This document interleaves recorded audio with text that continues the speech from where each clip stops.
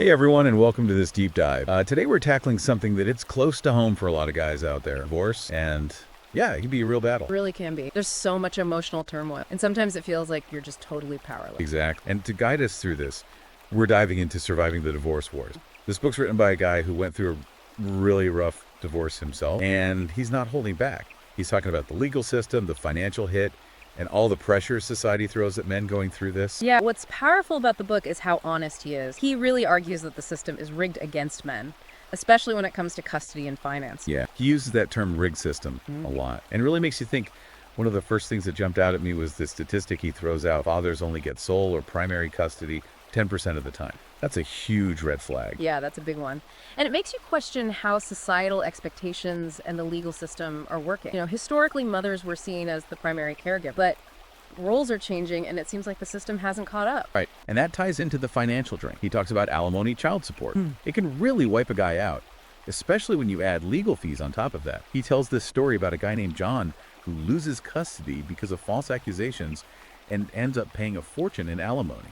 John's story really shows how vulnerable men can be in this system. It's not just about the money, it's about the emotional impact, feeling trapped, the potential for being taken advantage of. It's like the system assumes you're guilty until proven innocent, and the burden of proof is on the man. He argues that some women use this to their advantage, making accusations that are hard to disprove and can sway the judge's decision. Yeah, and he points out how that fear of false accusations can make men afraid to fight for their rights or defend themselves. It creates this environment of fear and uncertainty that hangs over the whole process. And it's not just the legal and financial stuff that's hard. There's also that pressure from society, the expectation that men have to be strong and stoic, the providers, even when everything's falling apart. He quotes a man who felt like a total failure because he couldn't financially support his ex-wife and kids after the divorce.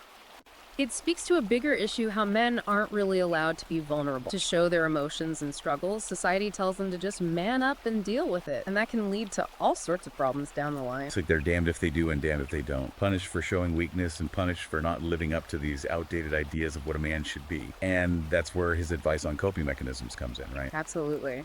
He says it's crucial to find support. Friends, family, therapists, people who can give you a safe space to work through those emotions and start rebuilding. And it's not just about talking. It's also about practical things like exercise, meditation, journaling. Anything that can help you regain control and feel better. He even talks about rediscovering yourself after divorce, taking time to figure out what you value and what's important to you, setting new goals that align with who you are now. Like a forced reinvention, I guess. Yeah. It can be scary, but it's also a chance to grow and change for the better. He really wants men to embrace that opportunity, to set new goals, personal, professional, anything that gives them a sense of purpose. It could be something small like learning a new skill or taking up a hobby or even traveling somewhere you've always dreamed of. It's about reclaiming your life and making it your own. He acknowledges that there are practical challenges too. You might be living in a smaller place, having to adjust to a tighter budget and juggling new responsibilities. Yeah, downsizing can be rough, especially if you were used to a certain way of life. But he says to see it as a chance to simplify, declutter, create a space that truly reflects who you are now. It's about creating a place where you can heal, recharge, and plan for the future. What about dating after divorce? That's a whole other challenge, especially if you haven't been on the dating scene for a while. He doesn't sugarcoat it.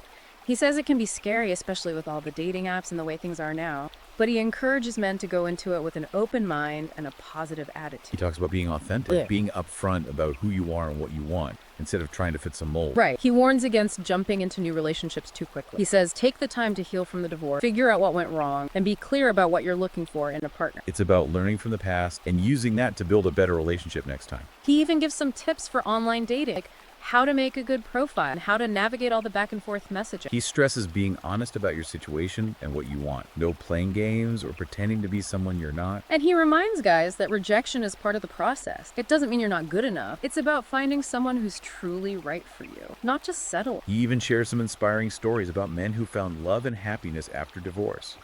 It shows that it's possible to rebuild and find someone who truly gets you. Stories highlight how important it is to be patient, resilient, and willing to learn and grow from what you've been through. So even though divorce can feel like the end of the world, this book shows that it's not. It's a chance to start fresh, redefine yourself, and build a life that's even better than before. It's about taking control, embracing the challenges, and coming out of it stronger and wiser. Welcome back to our deep dive into surviving the divorce wars. In part one, we talked about some of the harsh realities of divorce, the power imbalance, how men can be taken advantage of. Yeah, it can feel pretty overwhelming, like walking into a war zone without any armor. But as we go deeper into this book, we see that it's not all doom and gloom. The author offers some really smart strategies for coping with the emotional fallout and getting your life back on track. He starts by saying that healing begins with acknowledging the emotional damage. He compares divorce to a train wreck. Wow. Sudden, devastating, and you're left feeling completely lost. That's a really powerful image. It captures the shock and trauma so many men go through, especially if they didn't see it coming. And he argues that society doesn't really give men the tools to deal with that kind of emotional trauma. They're expected to just brush it off, bury their feelings, and keep going. Yeah, that whole man up thing. Right. But bottling up your emotions is never healthy. Right. It can come out in bad ways later on: anger, depression, substance abuse. Exactly. He stresses that seeking help isn't weak. It's actually a sign of strength.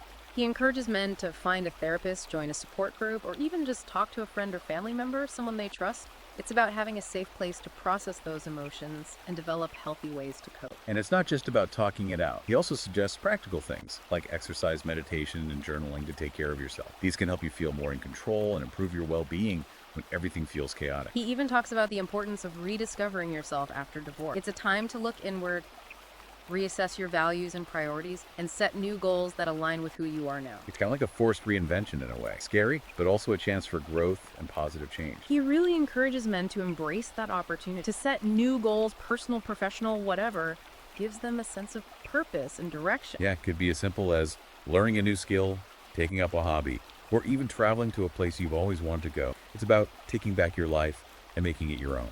He acknowledges that there are practical challenges too. Downsizing to a smaller living space, adjusting to a tighter budget, and taking on new responsibilities. Downsizing can be tough, especially if you were used to a certain lifestyle. But he says try to see it as an opportunity to simplify, declutter, and create a space that truly reflects who you are now. It's about creating a sanctuary where you can heal, recharge, and plan for the future. What about dating after divorce? That could be a whole new world, especially if you've been out of the game for a while. He doesn't shy away from the challenge. He says it can be intimidating, especially with all the dating apps and new social norms, but he encourages men to approach it with an open mind and a positive attitude. Be authentic, right? Be upfront about who you are and what you're looking for. Don't try to be someone you're not. Exactly. He warns against rushing into new relationships too quickly.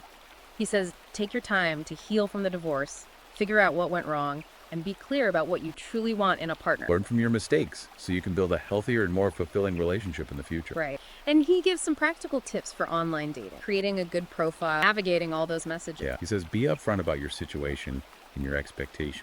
No need to play games or pretend. And he reminds men that rejection is part of the process. It's not personal.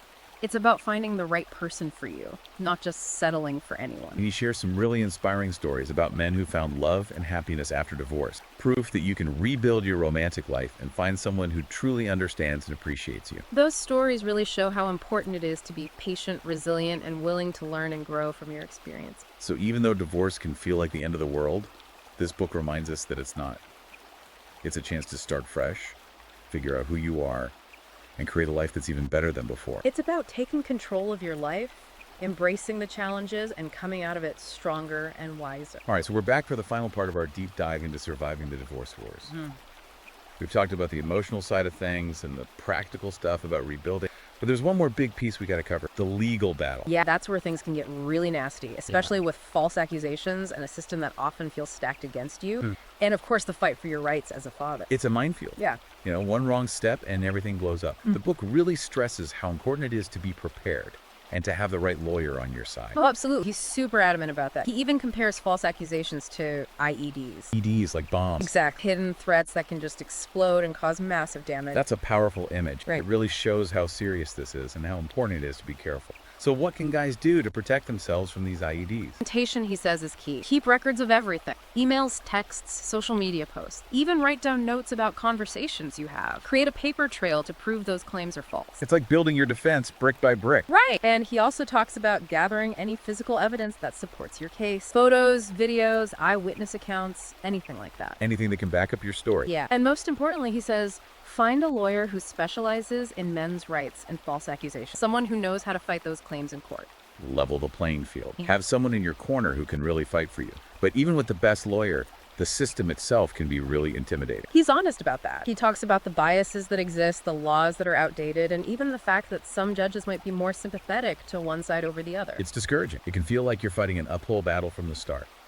But he says don't give up. Be informed, understand the system, play by the rules, but be strategic too. Knowledge is power, especially in a legal fight. He says it's crucial to know the laws in your state because divorce laws can be really different from place to place. And of course, having a good lawyer, even if it seems expensive, is really important. He sees it as an investment, protecting your rights, making sure things are fair. A good lawyer can help you navigate the system and fight for your best interests. Like having a guide through a dangerous jungle. They know where the traps are and how to avoid them. But even with the best preparation, legal battles can be emotionally draining. No doubt. Court appearances, depositions, mediation, it's all stressful. He recommends things like breathing exercises, meditation, or even therapy to manage that stress. It's a marathon, not a sprint. Got to take care of yourself mentally and emotionally throughout the process. And he also digs into the challenges of fighting for your rights as a father, especially when it comes to custody and visitation. He knows there's a bias towards mothers, but he doesn't want fathers to give up. He says, be proactive, be involved, keep records of everything, go to school events, schedule regular visits. Write down everything about your interactions with your kids. Build a strong case that shows how much you care. He even suggests finding support groups or online communities for fathers going through divorce. Talking to other guys who get it can be really helpful. To remind you that you're not alone in this. There are other people who've been there and made it through. And that brings us to his final message. He talks about the importance of self-improvement during and after the divorce. And he's not talking about trying to be someone you're not.